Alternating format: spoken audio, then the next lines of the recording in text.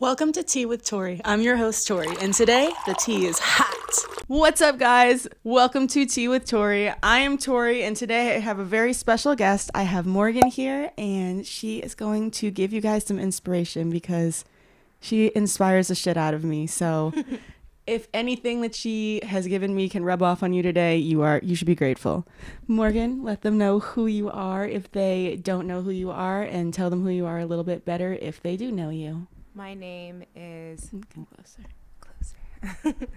My name is Morgan McVay. I am a makeup artist in Los Angeles, based in Los Angeles. I'm from San Diego. I met Tori 4 years ago, probably. Lord Jesus. Yeah. Literally. 4 years ago on a shoot. But it's the LA story. So literally. That's everyone's LA story. I met you and we were working, weren't we? Yeah. It's a good thing. Blessed. Literally. So I feel like you inspire me so much because I watched you work with so many different lashes in the first year or two that you were doing my makeup, and just always be pissed at them. You were always having an issue with the lash extensions that you were using. And then I literally out of nowhere, you were like, well, that's why I'm making my own brand. And I was like, this is the smartest thing ever. And they are literally the best lashes. I cannot put any other lashes on my face. Not that I can't do it because I'm bougie or whatever. I literally physically can't put other lashes on my lids. I don't know why. They're always sticking up to the top. I don't know what's happening, but for some reason I can do yours and they stay on for 48 hours. I keep hearing that. It's insane. Yeah, I love that your favorite style is now Lydia, to the point where she goes to her lash tech and gets them just the same style. Literally, I'm like, can you just put this permanently? I just need it to stay there more than 48 hours. Yeah. No, I love that. I wanted to at least start with lashes. They're my favorite makeup accessory. I know you just feel so beautiful and bad bitch when you have your lashes on, even if you don't have on any makeup. For real. Your lashes are on, you're pretty set. That's how I've always felt. So how did you get into the makeup field? Take it back. Oh man. Well, I think like most people, I started in a mall. I started at Mac. I worked at Mac. I'm 34. I worked at Mac when I was 19 in San Diego for not that long. I worked at a Nordstrom's Mac.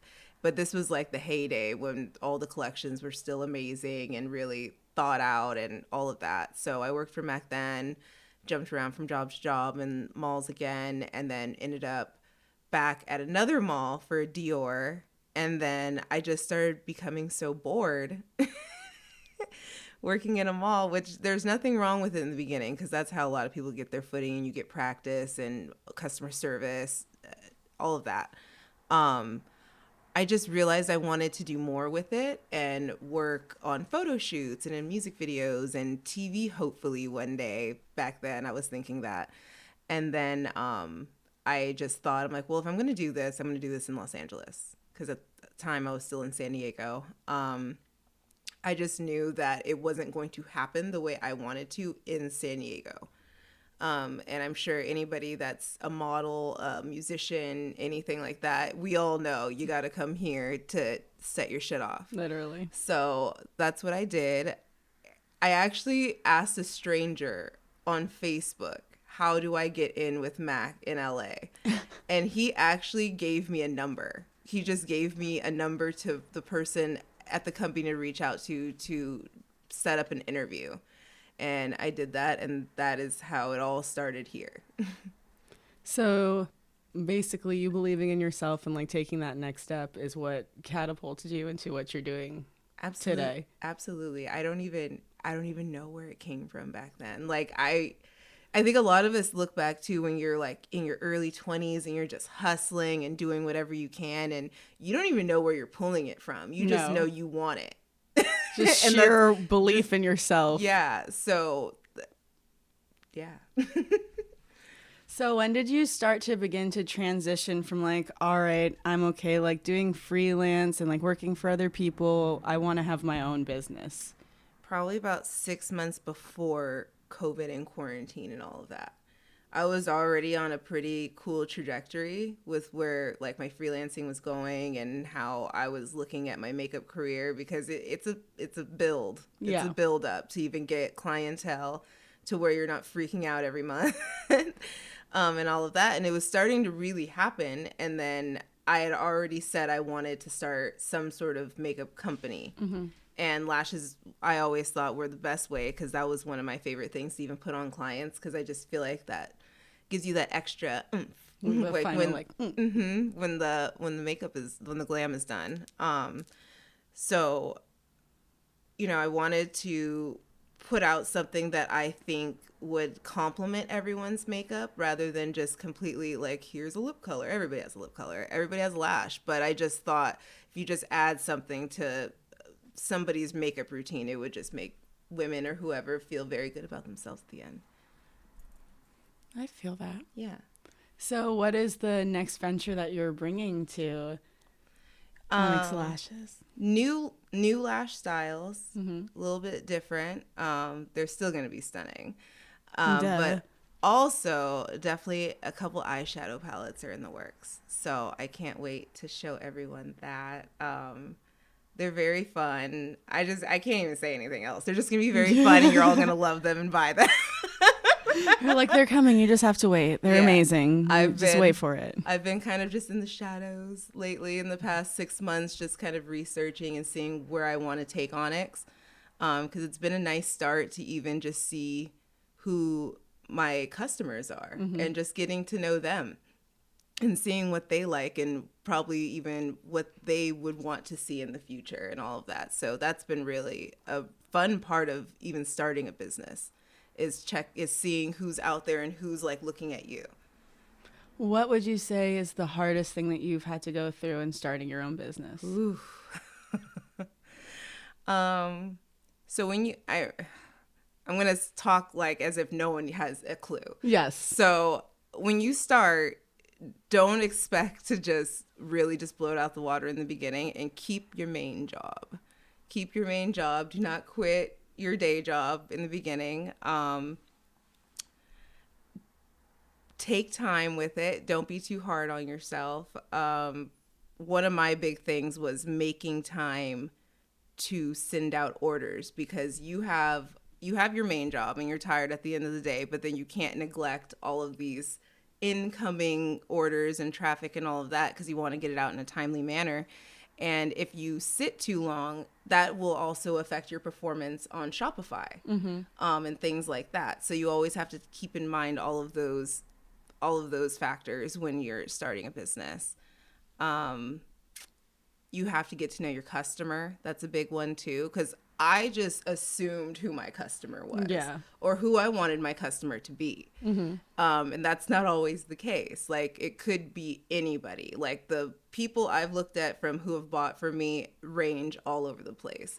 Like, it's definitely all the alt babes and all my goth queens, but it's been older women in their 50s and 60s buying lashes for whatever reason, for themselves, for gifts, whatever. It's been college girls, high school girls, men that just love makeup and are makeup artists themselves, just any type of person. And I thought in the beginning it was just going to be makeup artists and some goth babes, but it's just been everybody, which has been amazing. But you have to let it happen. You have to let it happen. What is your most popular lash, and why do you think it's the most popular?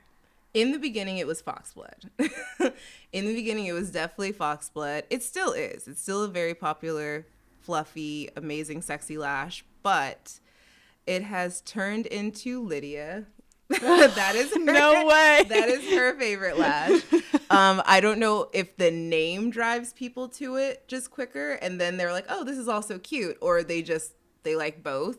That's turned into a very popular one. The other day, I just looked at inventory and realized I'm almost out of Kawaii. So that turned into a very popular one as well. That's the one that I was wearing a lot last summer. I was wearing that a lot, because it like inspired my whole look for the summer. I was like, I just need to look like an anime doll. I was like, bet. I got this. Got it. And then we both were we're always going to be on a brat stall. Always on that. Always. But like at one point, that's all we were on. It's just brats, everything. Brat lips, big Literally. lips, all of it. What the hell? Ooh, I saw that. You saw that that demon work right there. What the hell was that? Currently right now though, the lash is Y2K for obvious reasons. I was about to say, I thought that would probably be the most popular because like popping right now. Everyone is like, I must be a 90s child. I must Y2K it. And I'm like, okay. You were born in 2007. Sit the fuck down. Like, calm down. I can't believe it's already circled back to that.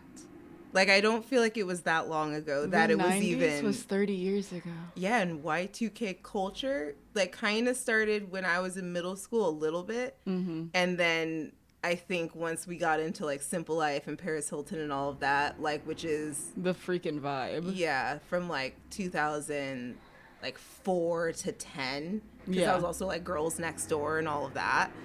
I can't believe we're already back here. I'm like, what is happening? Oh, it's a garbage truck. It's usually the dogs disrupting the podcast. Not today. They're Not well today. behaved today. It's because they like you. Now, it took like 2 years. It's crazy as you've known them since they were babies, and it still took that long. And you know what? They could be nice to me for like 2 weeks. 2 weeks straight. And then someone will 1 just week catch they'll an be attitude. on one. Someone will just catch an attitude out of nowhere, change the whole fucking vibe. I see you're wearing Crocs. Are you going to get the Clueless Crocs? Dude, I feel like I have to. My deal with myself is I can own Crocs, but they can't leave my house. They are only for my house. I'm surprised you don't have the platform one. That they would leave my house if that happened. That would be my excuse. I'd be like, but they're platforms. Yeah. No. No. Mm-mm. No. Mm-mm. The amount that I spend on shoes, I cannot be rolling around in Crocs outside my house. I got these for like $10 at Ross too. They're not even like fucking full price Crocs. They are $10 Crocs from Ross, bro. We love a discount queen. We love a discount. I literally saw them and I was like, they're pink and they're in my size and they're $10. I have to get them, but they cannot leave my house. If it's cute and you're feeling it, do whatever you want. But I just like, I even have like slides and shit. Like there's so many options. Oh, you're a fan. You're a secret fan. You have to be a secret fan. You can't be. Now I'm not a secret fan, but I'm low-key a fan of Crocs. They are extremely comfortable. Crocs, give her a deal.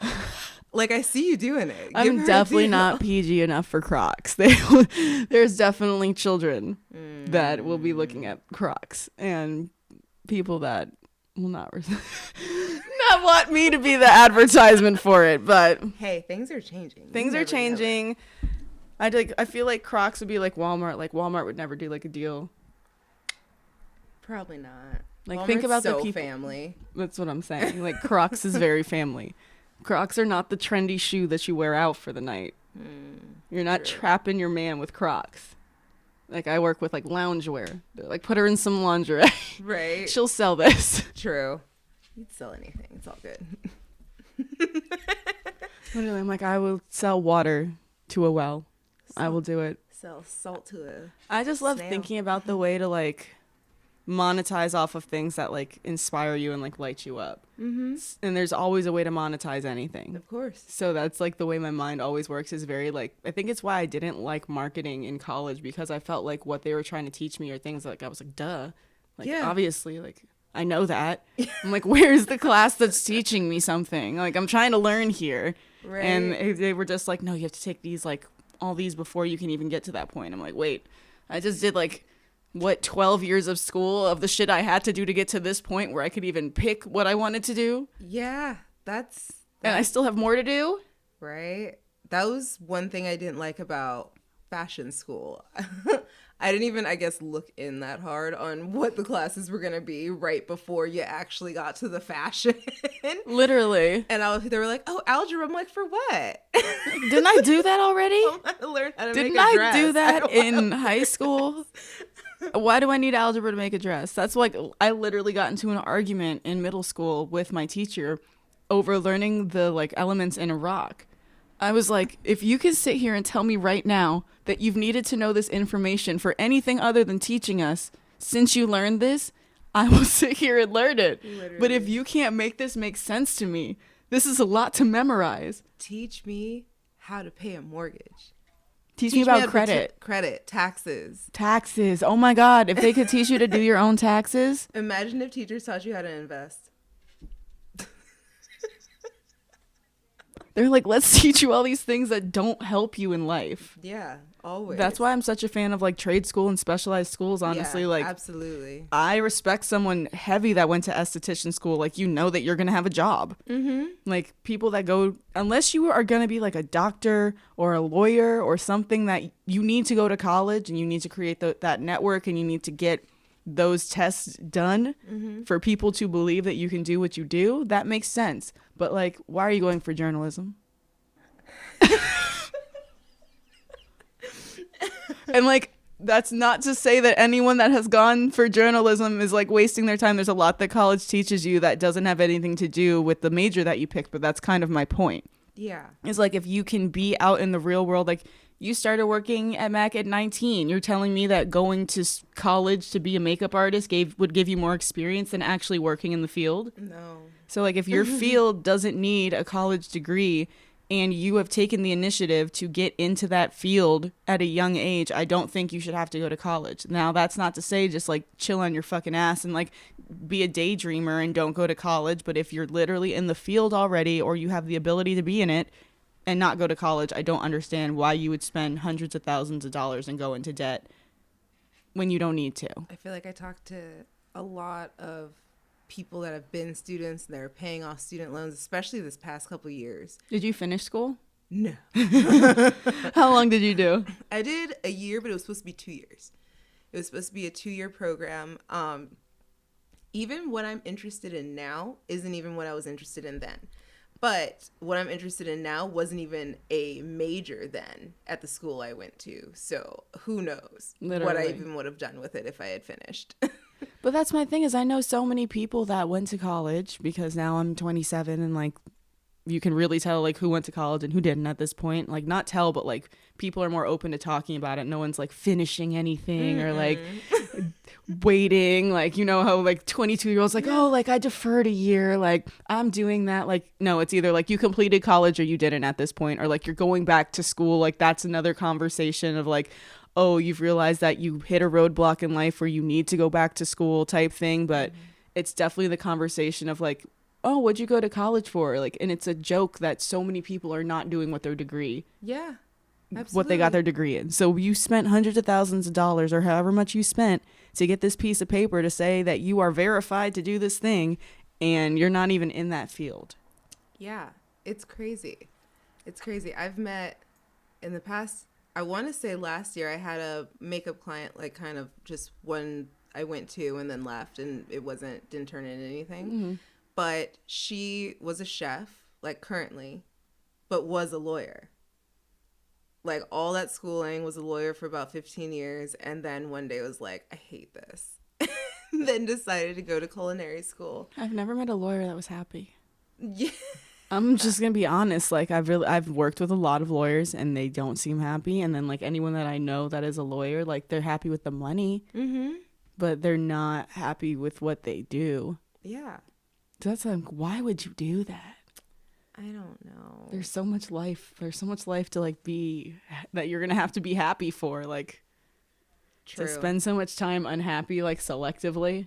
I know, but we probably also got lucky that we had parents that were pretty supportive in if we even changed our mind. Like, and we're True. like, oh, I don't want to do this anymore. Okay. That's exactly what I'm talking about. So have your parents supported your makeup career like from the beginning? Yeah, they didn't understand it. My dad was just like, I don't understand how you're gonna uphold any sort of lifestyle doing this. Oh my God. But I'm here. I'm like, okay. But when I would explain things or explain this is like the route I'm going to try and get to this point, this point, they understood. They understood. They knew it was going to take time and that things are a lot different than when they were trying to start out as young adults or anything like that. Like, 100%. Yeah. Our parents could buy houses when they were probably in their mid-20s, and everyone Literally. here is like still scraping rent with 5 roommates in their late 20s, in their early 30s. So it's just a different time, but they've always been very supportive. I feel like it's also a different time because people have kind of adopted the idea that they don't have to have kids.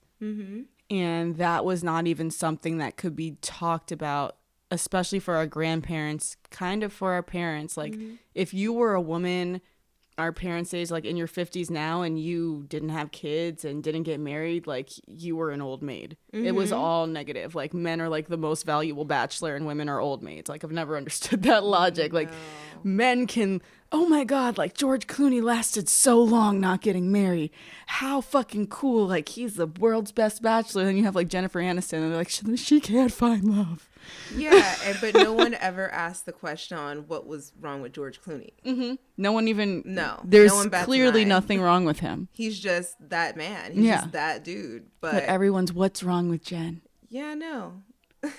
And that's just like, it's set up the entire archetype for in society that you need to find a husband, get married, get the house, have the kids go to college, kids get out of college, meet whoever they were probably going to be with forever in college, house, marriage, kids, and so continues on. Literally like a freaking Russian doll. Yeah.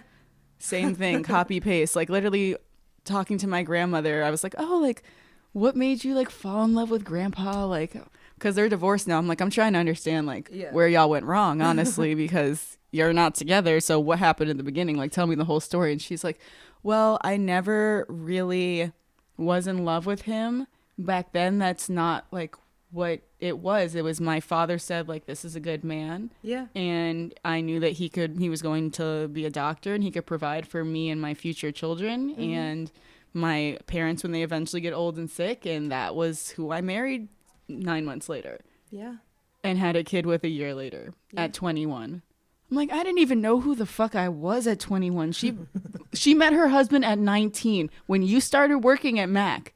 Yeah. Was when she was starting her marriage career, essentially. That's wild. It's like wild to think about. Yeah. But that was just the norm back then. It was normal. Yeah. It's not normal anymore though. No, not at all. What's crazy is then like hashtag fucking 20 something years later, my mom was like the youngest one in her friend group to have me at 27. Wow. And it was like, oh my God, like Sherry and Derek are pregnant so young, like blah, blah, blah. So it's like even just those 2 decades already pushed it back so far. And now you have women like, I'm going to have a career and put my eggs on ice. Yeah. And have a kid at 40. That's what I feel like I'm about to do. Why not? That's the thing is like there have been so many options. Like, wouldn't you rather a child grow up in like a healthy, happy, financially stable environment than like just try to have a kid when you're young because your body is forcing you to? Yeah. Yeah. I honestly would rather being okay with my kid and not being stressed out over if I could even afford to take care of this kid. Literally. Just because I'm in love and pushing age. It's Literally. just not what I'm trying to do with my time. And the thing is, there's people that all they want in their life is to be like married and have kids. Which is great. And that's fine for them too. But if that's normalized. Yeah. That's like, oh, okay, like you're on the right path. Like you're doing the right thing. Like my grandma used to talk about how women would go to college to major in marriage. Yeah. Because you just went to look for a husband. Mm-hmm. Like imagine going to a place that's like meant to educate you just to find your husband. Yeah. While he gets educated. Yeah. There's so many women back then too that never even finished, but their husband finished. Mm-hmm. And even if they did finish, what would they be? A nurse or a teacher or a secretary? So you weren't really gunning for anything real anyway. It was pretty much just to find your husband because you watch shows like, what's it called? Masters of Sex, where like this woman is trying to do this and trying to be in the male like workforce back in like I think the 50s or 60s when they were discovering the female orgasm and that females could orgasm and receive like pleasure from sex because that was not a thing. I used to love that show. I loved that show. I literally was obsessed with that show. I still will go back and watch that show because freaking Virginia is a goddamn legend, bro. She had all the men just like so floored just because she like was sexually free. Yeah. They like didn't know how to handle themselves. I loved it. Because she wanted head. Yeah. They were like, what?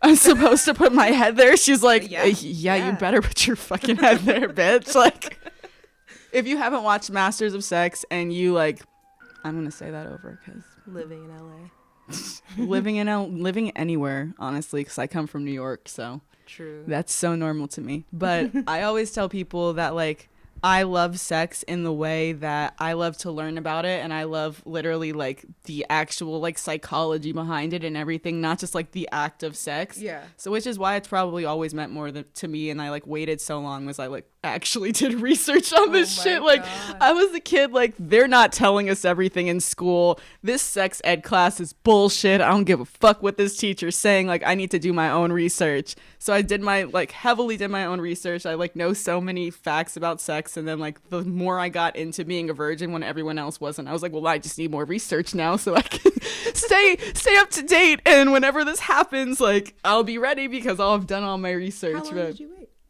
I was about to be 19. Okay. I was like a month out from 19. I was dating my boyfriend for like 6 months, made him wait 6 months. We had been friends for like 8 months. So this man waited like well beyond a year to have sex with me.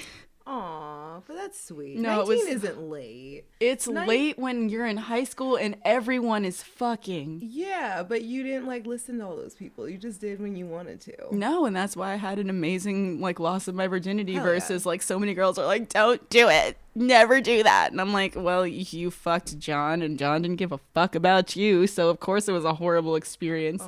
Nobody was wet. Just sandpaper, bitch. Literally. That's like, I've watched too many shows just of like the awkward like loss of virginity moment, and I'm like so grateful that was not my situation. Same. Mine actually wasn't bad either. Did you wait? How old were you? I was a junior in high school, and it was the last day of school. And oh my God. At a friend's boyfriend's house. And his mom was a nurse, like an overnight nurse. So I think we all like hung out with the intention of like that happening. Because me and my boyfriend at the time, like we were staying in like the dude's brother's room. Because his brother was like in college and didn't live there anymore. So it happened to me. And then it happened to my female friend. Like you guys had like a movie experience. It definitely was, and I drove. I remember I was the one that drove, and we all like slept over separate rooms and all of that. And then me and my girlfriend, we got in the car, and then we kind of just looked at each other like, Did you? You're like, well, I'm only going to tell you if you tell me. Yeah. She's like, well, I'm only going to tell you if you tell me. So that is literally how that happened. That's crazy. Was it like with your boyfriend or just a guy? Boyfriend? Yeah. How long did you stay together after that?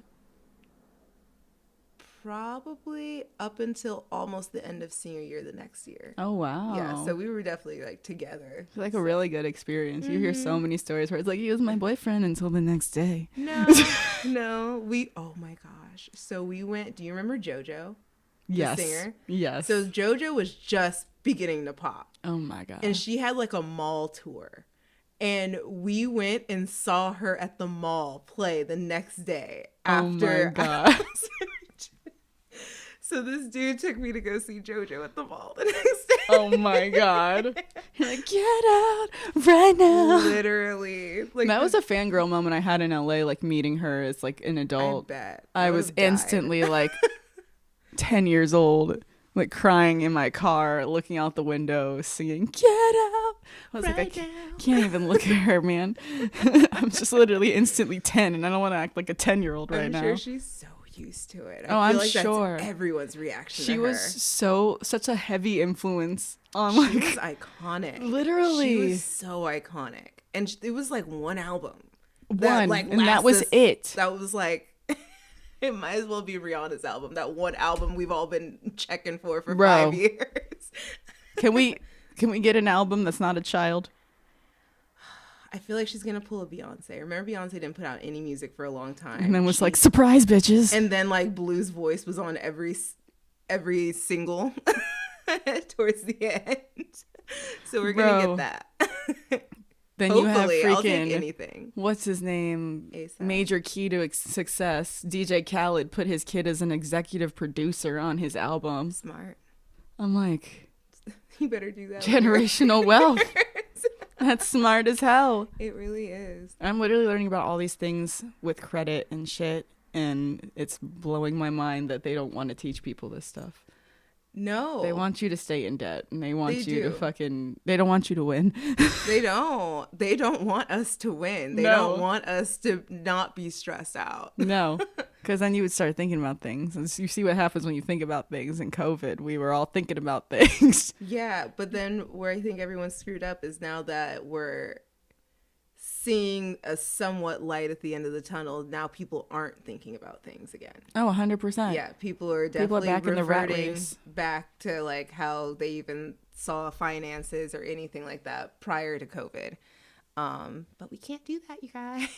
No, I feel like aside from like COVID just being a huge life shift for everyone, that was a huge like awakening experience for a lot of people of like, you're not doing what you want to be doing with your life because you're so unhappy when you sit with yourself. Like COVID really gave so many people the chance to like sit with themselves that they probably haven't had in years. You had marriages ending because people realized they weren't in love. They were just going through the motions. You had people getting together because they realized they hadn't taken the time for love. You had people starting their passions and starting businesses and shit. Like, I just feel like it was a horrible time, but a magical time at the same time because everyone was kind of just like trying to figure out what made them happy. Like I saw people painting on like Instagram Live that I would never have thought I'd see painting. Like I loved, honestly, like that was a scary time, obviously, for everybody. It was just so uncertain for the world. it was insane. But I loved watching everyone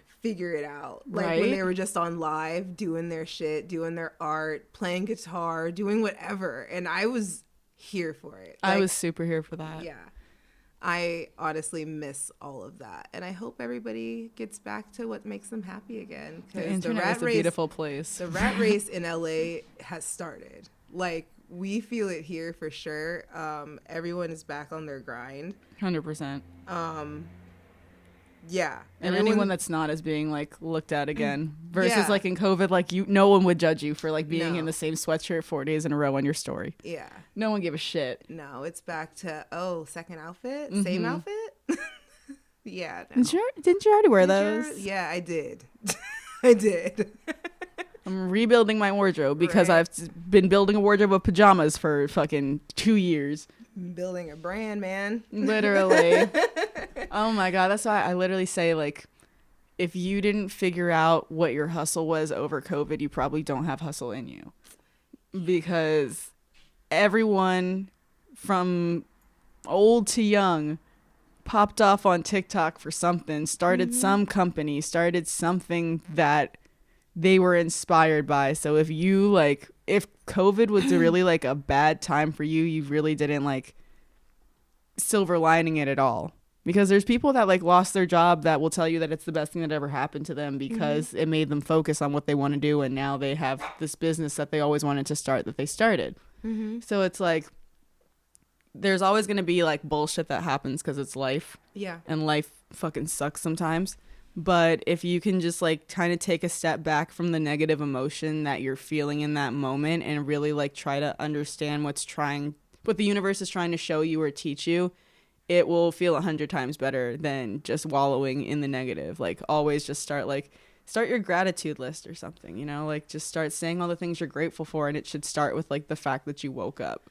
I will say this. Life will show you what you should be doing. Oh, 100%. It'll show you every single day. And it'll keep giving you a test. And I'm sure a lot of people have heard this. But if you keep doing the same thing and you're not changing, like, what is happening to you, like the test that life is giving you, if you're not recognizing it and tweaking Jupiter. and tweaking what you need to make a shift in your life, then you're going to keep going through this revolving door. Like 100%. But I feel like what a lot of people get into is being like comfortable in their discomfort. And it's like, this may not be where I want to be, but I know this area. Yeah. Like, I know this level of hell. So I'm just going to stay here instead of trying to get to heaven type thing because I'm comfortable here. And I don't want to, by any means, go further back.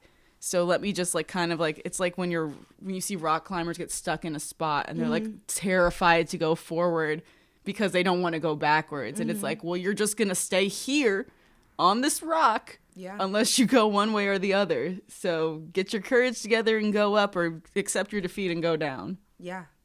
And I know it's scary to try and go up. It's really scary. I'm terrified every time I make a life change. Oh, 100%. It's supposed to be scary, though. It's supposed to be scary. And I tell my boyfriend this, like, I'm terrified at all the moves I have made in the past couple years. But I'm still going to jump off that cliff. Oh, 100%. Like, I'll be sobbing going down, but I'm jumping off that fucking cliff. That's the best way to describe it, because I feel like it's the same thing that you can watch. Like, if you just watch kids on the playground, you can learn a lot, honestly. Because any kid that's, like, being hesitant and, like, not jumping fully, or, like, goes to, like, go down the slide and, like, hesitates and, like, falls down the wrong way, like, that's the kid that gets hurt. Yeah. It's not the kids that are, like, throwing themselves off. And if those kids get hurt, they get hurt and they never throw themselves off that thing again. Yeah. But, like, the hesitation and the uncertainty will get you in so much more fucking trouble than just, like, this is what I want, this is what I'm going for. And one of the things that I, like, always like to do is I like to, like, sit with myself and ask myself the question first and, like, kind of answer it for myself before I bring it to anyone.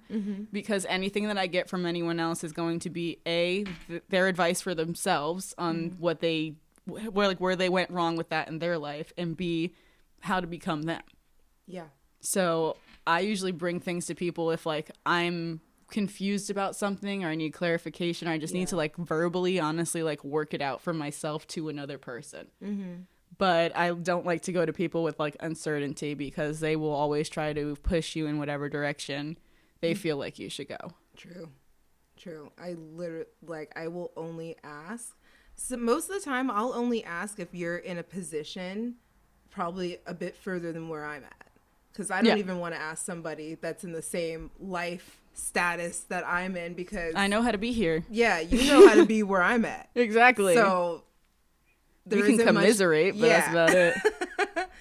Yeah, so I feel you on that one. I only ask literally for clarity. 100%. Yeah, if most of the time I can make decisions and I'm pretty clear-headed about what I want, but sometimes I need that extra vote. And I'm like, I need someone to tell me that this is the right move. Yeah, just a little bit. And it's got to be someone that I trust. It cannot just be anyone. Oh, yeah, absolutely not. There's literally people where I'm like, unless I hear this from you, like, I will not do this. Yeah, right? Unless you support this, I will not do this. Yeah. 100%. Absolutely. What is the hardest thing you've been through with working in freelance? I want to say probably any freelancer of anything, like model, whatever, any type of job where you have to send out an invoice, especially when you're like a contractor, is getting paid in a timely manner. And also, I guess in the beginning for me, when I was a freelancer, I didn't understand how it worked. So I didn't even know it was a net 30 or a net 14 or sometimes net 60, depending on who you're working for. And net 30 means like 30 days until you get paid.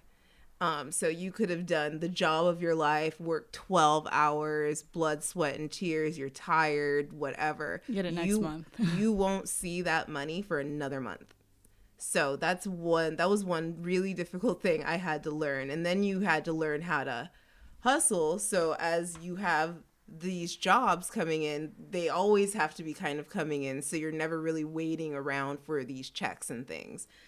So that also comes just with time and experience. But it's really disheartening and kind of difficult in the beginning. but it gets better.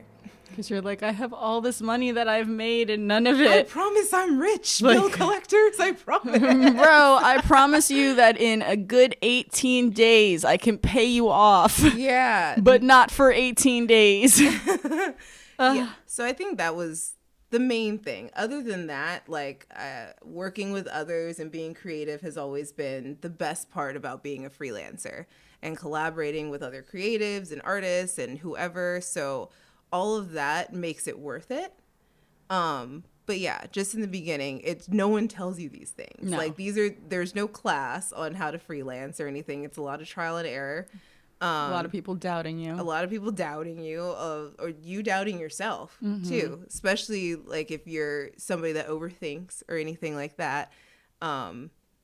You want it to be the best you can be in something you're not really sure about yet. Like with freelancing in whatever field you're freelancing in. So yeah. Yeah.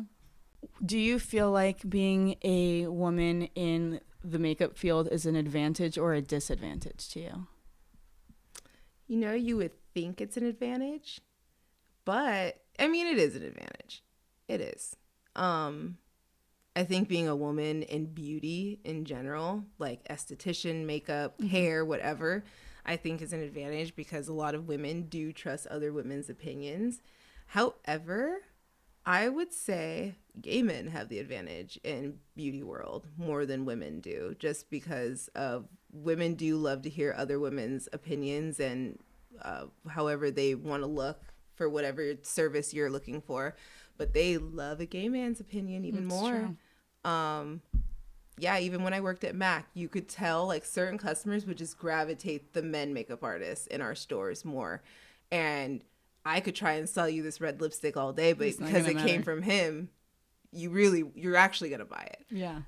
So I've always just kind of noticed that. And it's not any knock against men that do makeup or hair or anything like that. It's just something I've noticed. Do you feel like you get different treatment from people corporately when it comes to like being a woman in makeup? Like, have you worked many corporate jobs when it comes to makeup? I've worked a lot of corporate jobs when it comes to makeup. I'm sorry, I'm just thinking about it. Repeat it one more time. Do you feel like working like corporately in makeup, like when you get hired by like a L'Oreal to like do like when you're working with a corporate brand that's not just like some girl for her music video or like a photo shoot, like one of those really like, damn, like how did I get those jobs? Have you noticed a difference when it comes to you being a woman? Like, do you see more women on set? Do you see more men on set? I want to say I always see more women on set, but then the higher ups end up being men. So the higher ups end up being men, or even maybe the photographers are men. But for the most part, I've been pretty lucky that a lot of my sets have been like 80% women. Wow. Especially in the past couple of years with my career getting bigger. Yeah. I haven't been around too many men. I've been around more men working on productions and like commercials and things like that. But if it involves like a makeup company, for the most part, it's all female. Okay, that's interesting. Yeah. If it's a makeup company, it's all female. But if it's like a commercial, like for a Macy's or like something that, it's usually more men. I'm probably talking to a man. And the funny part is that like the men have no idea how long anything takes. They have no idea. You get situated and they'll come in. So like 5 minutes? I'm like, so talent hasn't even sat down yet. So no, not 5 minutes. My God. So they mostly just have no clue.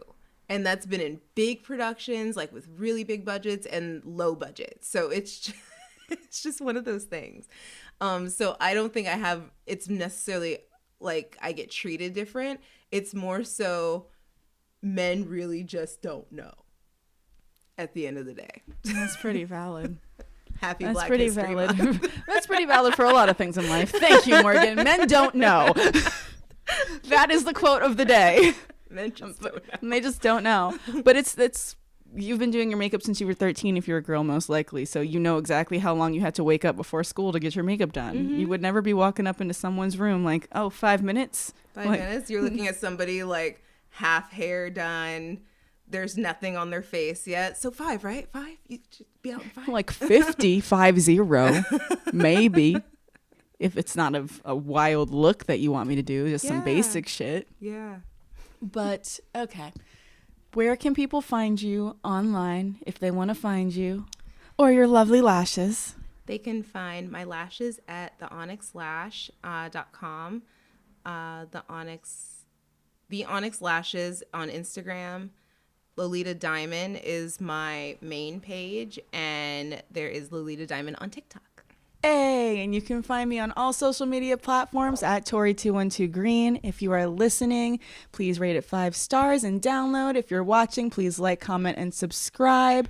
I will see you guys next Wednesday. Thank you, Morgan. Thank you. Bye. Bye.